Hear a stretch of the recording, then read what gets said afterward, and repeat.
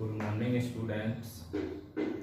आज हम पहले चैप्टर को आगे बढ़ाते हैं और आपकी नेक्स्ट हेडिंग आती है घटनाओं की व्याख्या करने की वैज्ञानिक विधि।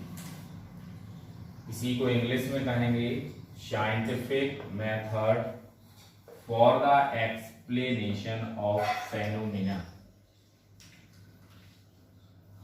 आप अभी तक जो समझ चुके हैं उसी का एक व्यवस्थित क्रम बनाया गया है कि वैज्ञानिक किस प्रकार इस पर आगे कार्य करते हैं और उनकी विधि क्या होती है।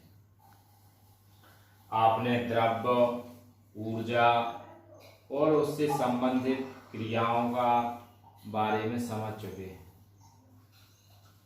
और जब ये कोई भी वैज्ञानिक जब इन्हीं किसी वस्तु को लेकर के उसके बारे में संपूर्ण जानकारी प्राप्त कर लेता है तो जो भी तरीका वो अपने इस शोध के लिए उपयोग करता है वही उसके द्वारा की गई वैज्ञानिक विधि कहलाती है। अब यदि हम इसको शब्दों के रूप में लिखना चाहते हैं तो उसका आप इस प्रकार लिखेंगे, वह विधि जिसमें द्रव्य, ऊर्जा तथा उनकी अन्योन्य क्रिया के बारे में अध्ययन किया जाता है तथा भौतिकी के सिद्धांतों का प्रतिपादन किया जाता है, भौतिक विज्ञान की तकनीक टेक्निक ऑफ फिजिक्स कहलाती है। इसे वैज्ञानिक विधि भी कहते हैं, जिसे साइंटिफिक थ्योरी कहते हैं, क्योंकि यह विधि विज्ञान की सभी शाखाओं में प्रयुक्त की जाती है। अनुसंधान कार्यों, यदि आप उसको ऊपर से नहीं समझना चाहते तो इसको अथवा करके ये भी आप परिभाषा लिख सकते हैं। अनुसंधान कार्यों के लिए वैज्ञानिकों द्वारा अपनाई जाने वाली सुविचारित, सुव्यवस्थित, क्रमबद्ध तथा तर्क संगत विधि को वैज्ञानिक विधि कहते हैं। इसमें आप देख रहे हैं अनुसंधान कार्यों के लिए, मतलब वैज्ञानिक अपने कार्यों के लिए सुविचारित, सुविचारित का मतलब है कि वो अपना क्या प्रयोग करना चाहते हैं तो वो उनका विचार होता है अपने आप। फिर वो सुव्यवस्थित, सुव्यवस्थित का मतलब है सभी क्रम से लगाते हैं कि वस्तु लाएं, पदार्थ को लाएंगे, फिर लैब ले जाएंगे, उस लैब में हमें किन किन चीजों की आवश्यकता पड़ेगी, फिर उसको कितने चरणों में हम उसको आगे बढ़ाएंगे। तो ये उनका सुव्यवस्थित क्रम हो गया। तर्क संगत, जब वो सुव्यवस्थित अपना आगे प्रयोग बढ़ाते जाते हैं तो कुछ ना कुछ उसमें उनके तर्क अपने आप सामने आ जाते हैं। तो जो उन्हें तर्क संगत वहां पे विचार मिलते हैं या जो वो प्राप्त करते हैं वही उनकी क्या कहलाती है, वैज्ञानिक विधि कहलाती है। तो इसको एक बार और मैं रिपीट कर रहा हूं, वह विधि जिसमें द्रव्य, ऊर्जा तथा उनकी अन्योन्य क्रियाओं के बारे में अध्ययन किया जाता है तथा भौतिकी के सिद्धांतों का प्रतिपादन किया जाता है, भौतिक विज्ञान की तकनीक टेक्निक ऑफ फिजिक्स कहलाती है। इसे वैज्ञानिक विधि साइंटिफिक थ्योरी भी कहते हैं, क्योंकि यह विधि विज्ञान की सभी शाखाओं में प्रयुक्त की जाती है अथवा अनुसंधान कार्यों के लिए वैज्ञानिकों द्वारा अपनाई जाने वाली सुविचारित, सुव्यवस्थित, क्रमबद्ध तथा तर्क संगत विधि को वैज्ञानिक विधि कहते हैं।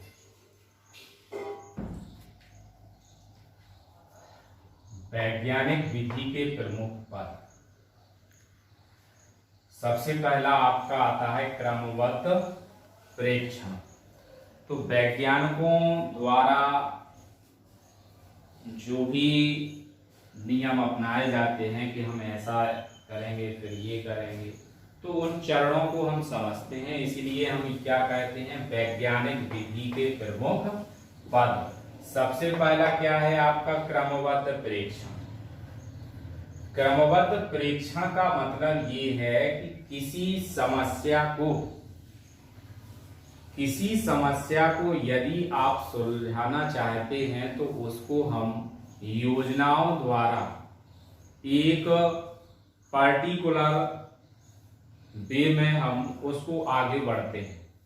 जैसे वह आपका वैज्ञानिकों द्वारा जो योजनाबद्ध तरीका अपनाया जाता है और उसमें जो प्रयोग करते हैं, उसके पश्चात वो क्रमबद्ध परीक्षण का मतलब है एक के बाद एक उसमें अपने प्रयोग करते चले जाते हैं, तो वही कहलाता है आपका क्रमबद्ध परीक्षण लेते हैं। इस प्रकार से बहुत से आंकड़े उनके पास हो जाते हैं और उनका फिर सही तरीके से आकलन करते हैं, अध्ययन करते हैं, वही आपका क्या कहलाता है क्रमबद्ध परीक्षण। इसको यदि हम एक उदाहरण के रूप में लें, जैसे कि हम आपसे किसी वस्तु की डिस्टेंस लेने के लिए कहते हैं और आप उसके लिए जो भी आवश्यकताएं होंगी पहले आप उनको लेंगे, फिर उसके बाद जैसे आप फीता ले जाएं या स्केल ले जाएं, जो भी और उससे संबंधित आवश्यकताएं होंगी वो ले जाएंगे। ऐसे ही आप उसमें जैसे फीता ले गए, फीता ले जाने के बाद आप एक बार डिस्टेंस लेंगे। हो सकता है यदि आपकी उसमें कुछ ऊंचाई हो या कुछ नीचा हो तो वो आप डिस्टेंस सही तरीके से एक बार में फाइंड नहीं कर पाए, तो आप उसको फिर दोबारा से लेंगे। अब आपके दो कंडीशन होगी, पहली बार लिया, दूसरी बार लिया, हो सकता है थोड़ा बहुत आपका फिर अंतर आया, तो उसके पश्चात आपने फिर परीक्षण लिया। तो जैसे आपने किसी डिस्टेंस को नापा तो पहले आपकी आई 2.3 मीटर, फिर आ गई आपकी 2.5 मीटर, तो फिर आई आपकी 2.3 मीटर। ऐसे आप लगातार 3-4 परीक्षण लेंगे और उसके बाद देखेंगे कि आपका सबसे ज्यादा आपका क्या रिपीट हो रहा है 2.3। तो आप उसके आंकड़ों को पहले समझेंगे। समझने का मतलब है आप इनको चेक करेंगे। चेक करने के बाद आप क्या देखेंगे कि ये सबसे 2-3 बार लेने के बाद ये डिस्टेंस ज्यादा आ रही है, इसका मतलब ये है कि हमारा जो डिस्टेंस हमें दी गई थी उसकी लंबाई कितनी है 2.3 मीटर। तो यही है कि किसी समस्या को हल करने के लिए वैज्ञानिकों द्वारा योजनाबद्ध तरीके प्रयोग किए जाते हैं। योजनाबद्ध तरीके प्रयोग किए जाते हैं। इसके पश्चात वह क्रमबद्ध परीक्षण लेते हैं और इस प्रकार समस्या से संबंधित बहुत से आंकड़े एकत्रित करते हैं। बहुत से आंकड़े एकत्रित किए जाते हैं, कलेक्ट किए जाते हैं और फिर उनका गहन अध्ययन और विश्लेषण किया जाता है। इसके बाद दूसरा चरण आता है आपका, दूसरा पॉइंट है परिकल्पना का निर्माण। ये आंकड़े जब आपके पास प्रेक्षण आंकड़े आपके पास प्राप्त होते हैं, फिर आप इसका कुछ ना कुछ इसकी व्याख्या करेंगे। जब आप इनकी व्याख्या करेंगे, जैसे हमने लिखा कि ये लंबाई में 2.3 मीटर है। आपने क्या लिखा कि वस्तु लंबाई में 2.3 मीटर है। तो आपने इसको क्या किया, एक कार्यकारी नियम के रूप में बनाया कि मतलब आप जिस डिस्टेंस को ले रहे थे उसकी डिस्टेंस कितनी है 2.3 मीटर, तो वो आपका एक नियम कहलाने लगा। और इन कार्यकारी नियमों को हम आपकी क्या कहते हैं, परिकल्पना कह सकते हैं कि आपके द्वारा बताया गया ये नियम है, परिकल्पना है। आपने कहा कि प्राप्त प्रेक्षणों एवं आंकड़ों की व्याख्या करने के लिए वैज्ञानिकों द्वारा प्राप्त प्रेक्षणों एवं आंकड़ों की व्याख्या करने के लिए वैज्ञानिकों द्वारा कुछ कार्यकारी नियम बनाए जाते हैं। इन कार्यकारी नियमों को परिकल्पनाएं हाइपोथेसिस कहते हैं।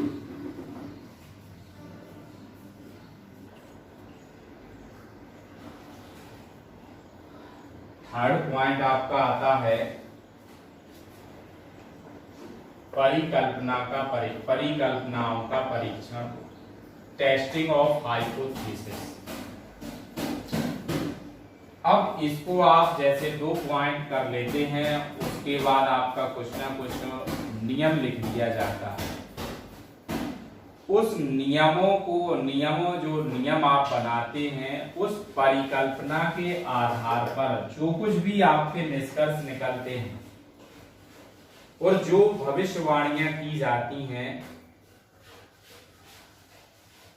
इसके लिए वैज्ञानिक नए प्रयोग किए जाते हैं और उनका सत्यापन किया जाता है। मतलब आपने जो आंकड़े प्राप्त किए, जो परिकल्पना बनाई, अपने हिसाब से उसमें जो भविष्यवाणी की, उसका अब आप क्या करेंगे, सत्यापन करते हैं।